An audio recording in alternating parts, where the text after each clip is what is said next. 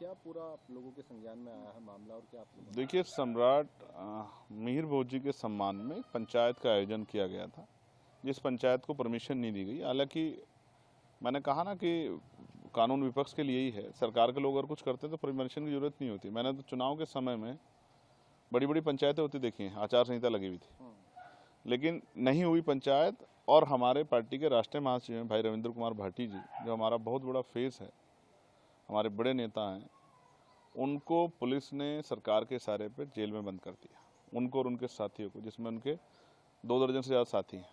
वो चाहते हैं कि वो इस समाज की आवाज़ को दबा दें और समाज के युवाओं पर, निर्दोष युवाओं पर झूठे मुकदमे लगा के उनको जेल में डालने का काम। ये अन्याय हम लोग बर्दाश्त नहीं करेंगे।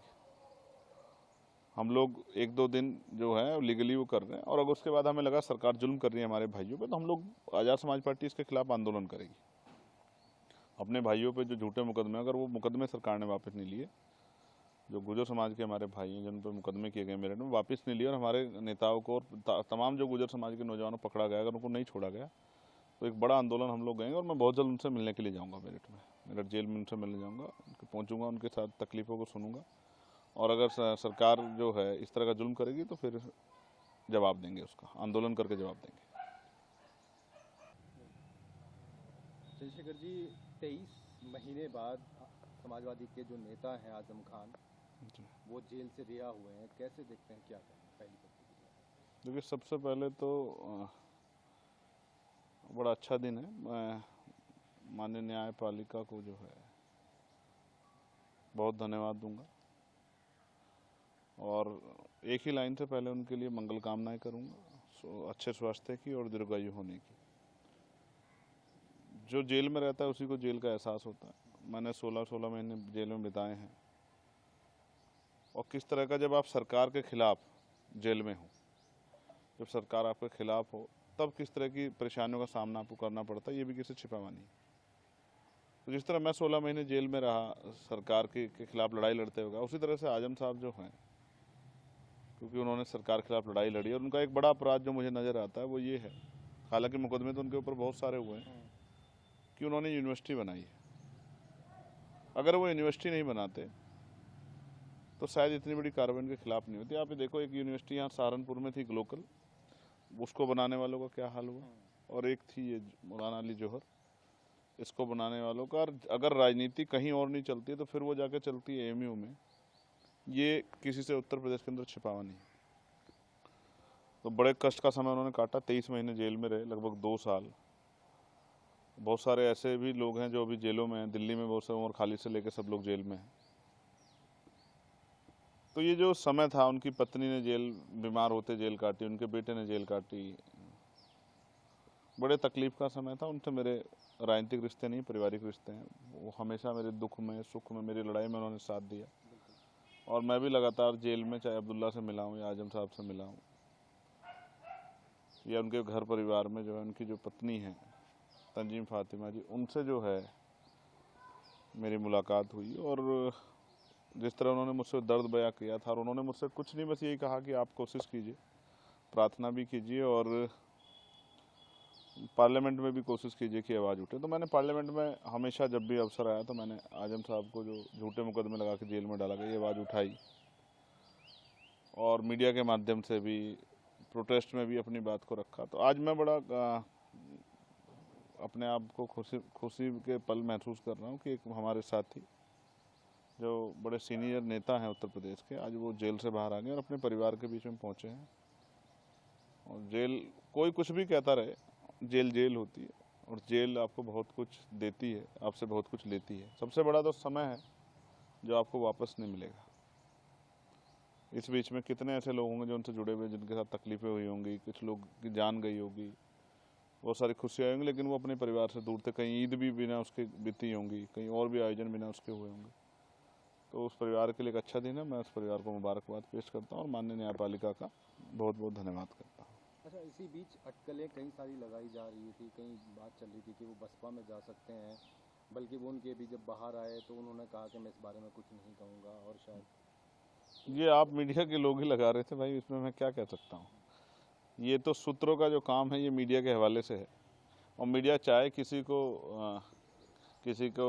किसी पाले में भेज दे या वहाँ इस तरह के सूत्र पैदा कर दे कि उनमें बहुत उठापटक चल रही है। मैं तो लगातार देखता रहा हूँ कि मीडिया सूत्र बनाती है और बाद में जैसे गुब्बारे की हवा निकल जाती है, इस तरह निकल जाती है। देखिए, वो बड़े नेता जो भी फैसला लेंगे सोच समझ के लेंगे, और मैं समझता हूँ कि ये उनके परिवार का फैसला है, राजनीतिक फैसला भी, और भविष्य में किस तरह की उनकी वो है, ये उनको निर्णय लेना है। मेरे उनसे राजनीतिक रिश्ते नहीं, पारिवारिक रिश्ते हैं, वो हमेशा रहेंगे। वो कहीं रहें, किसी दल में रहें, किसी परिस्थिति में रहें, जब भी उनके ऊपर कोई आंख उठेगी तो मैं अपनी लड़ाई, मैं भाई होने के नाते अपनी लड़ाई को लड़ूंगा, उनके लिए खड़ा हूँगा।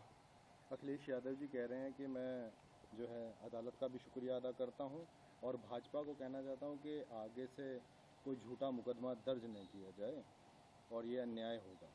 ठीक है, अच्छी बात है भाई, आज वो उनकी पार्टी का हिस्सा है, उनको बोलना चाहिए। लगातार लोग भी मांग करते रहे कि वो बोलें, तो ठीक है, इसमें कोई बुराई नहीं है। मैं भी कहूँगा कि भारतीय जनता पार्टी को राजनीतिक विरोध में इस तरह के जो है सत्ता का दुरुपयोग करके, इस तरह के जो है अपराध दर्ज करके किसी के जीवन पे संकट खड़ा कर देना, या किसी को इस तरह जो है झूठे मुकदमे फंसा के तकलीफ देना, ये मैं इसको ठीक नहीं मानता हूँ।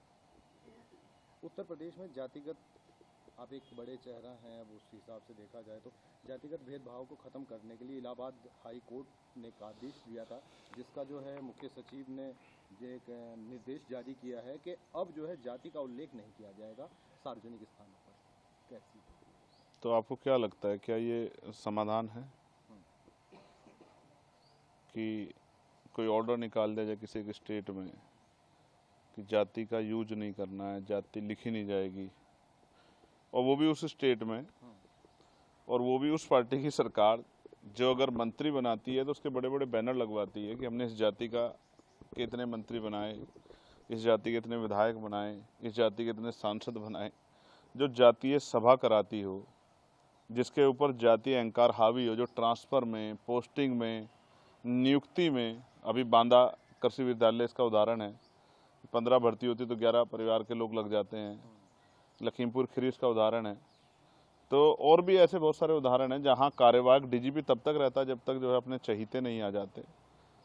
सब सामने है कि ये सरकार कितनी जो है जातिहीन समाज की बात करती है। मैं स्पष्ट रूप से कहना चाहता हूँ, बाबा साहब अम्बेडकर ने जातिहीन समाज की, मैं क्योंकि उसका प्रबल समर्थक हूँ भाई, बाबा साहब अम्बेडकर हों, राष्ट्रपिता ज्योतिबा फूले हों, छत्रपति साहू जी महाराज हों, महामना रामस्वरूप वर्मा चौधरी महाराज सिंह भारती हों, बाबू जगदेव प्रसाद कुशवाहा, और एक बहुत अहम जो किरदार है संतराम बी प्रजापति जी, उन सब ने जातिहीन समाज की बात की। और बाबा साहब अम्बेडकर ने तो अपनी किताब एलिनेशन ऑफ कास्ट में ये लिखा है कि अंतरजातीय विवाह इसका बहुत आसान रास्ता है। देखिए, कानून जो बनते हैं वो सत्ता के लिए नहीं बनते हैं, वो विपक्ष के लिए बनते हैं। मैं समझता हूँ पिछले 10-12 साल के हमारे प्रयासों से आज दलित पिछड़े वर्ग में एक बड़ी चेतना पैदा हुई है। आज हर जाति अपना नेता चुन रही है। पहले वो किसी भी टाइटल, किसी भी राजनीतिक नाम के आधार पर वोट करती थी, अब वो देखती है कि हमें क्या मिल रहा है। अब वो पंचायत से लेके और वो लोकसभा तक अपनी हिस्सेदारी की डिमांड कर रही है। और जिस तरह से जातिगत गणना की घोषणा हुई है, उसके बाद भी उसमें हम आर्थिक आंकड़ों की मांग कर रहे हैं कि आर्थिक आंकड़े उसके जारी हों। तो ये भी सरकार के सामने एक सवाल है। कई ऐसे सवाल हैं, उनके जो दल हैं, उनके सहयोगी दल, और वो तो इस बात को लेके गौरवान्वित जो है वो करते हैं, क्या उन पे वो रोक लगा पाएंगे?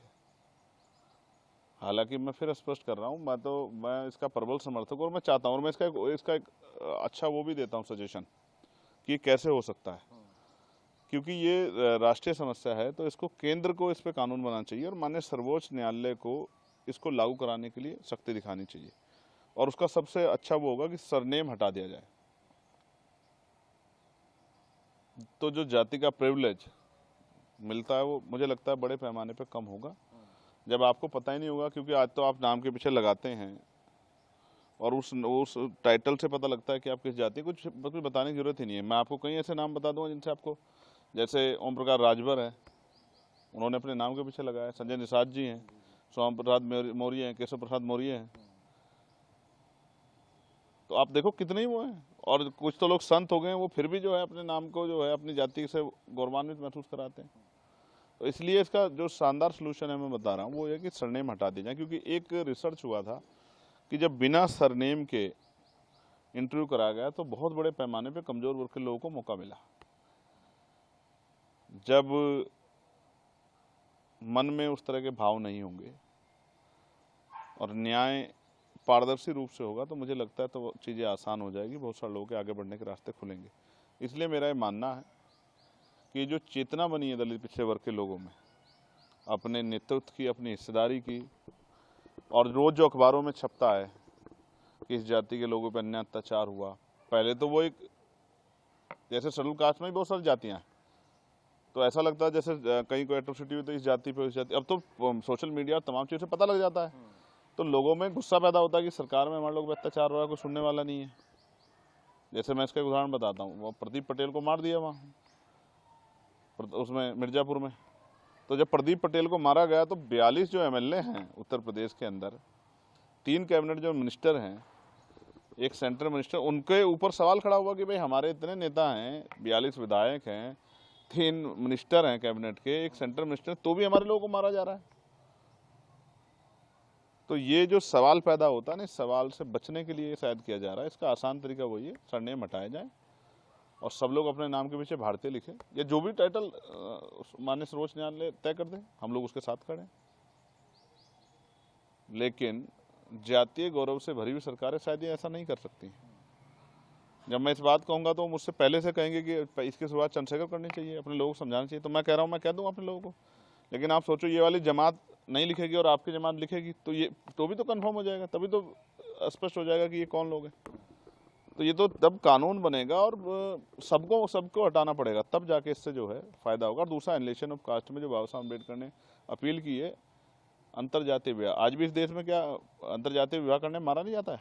ऑनर किलिंग नहीं होती क्या?